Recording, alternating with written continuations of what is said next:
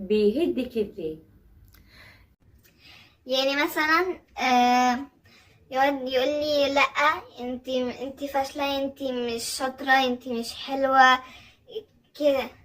بيفضل حابسني في حته ويطلعني للعالم مهزوزه.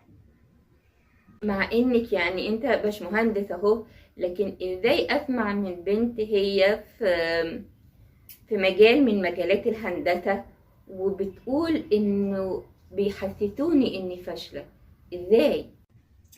يعني مثلا لما كنت اجيب درجه حلوه يعملوها كأنها عادي، ان هو مش انجاز، فانا احس ان انا لو انجازي ملوش اي لازمه. فلما جيت درجه وحشه برضو يقعدوا يقولوا لا انت فاشله وكده. ما انتوا لما نجحت محدش شجعني. ايوه.